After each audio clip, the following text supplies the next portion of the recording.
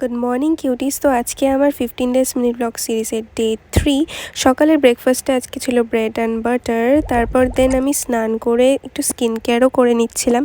Skin care আমি একদম minimal রাখি, বাট স্কিন কেয়ার করাটা মাস্ট।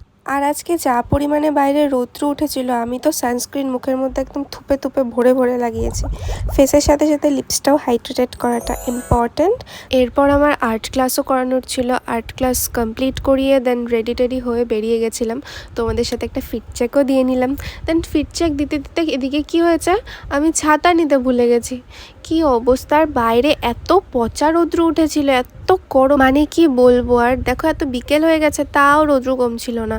তারপর আমি লাঞ্চও করে যাইনি, তো বাড়িতে এসে লাঞ্চ কমপ্লিট করলাম। তারপরে লাঞ্চ করে ঘুম দিয়েছিলাম। তো ঘুম থেকে উঠতে উঠতে অনেকটা লেট হয়ে গেছিলো। আর জানি না কেন সেদিন আমার চা খাওয়ার অনেক বেশি ক্রেভিংস হচ্ছিল। সচরাচর চা খাই না আমি, তো চা খেলাম। চা খেতে খেতে দেখি পাপাও চলে এসছে। পাপা নিয়ে এসেছিলো আমার জন্য কাটলেট, ভেজ কাটলেট। তো তারপর ডিনারেরও টাইম হয়ে গেছিলো, ডিনার কমপ্লিট করলাম। তো আজকের মতো এতটুকুই। তো দেখা হচ্ছে নেক্সট মিনি ব্লগে। বাই।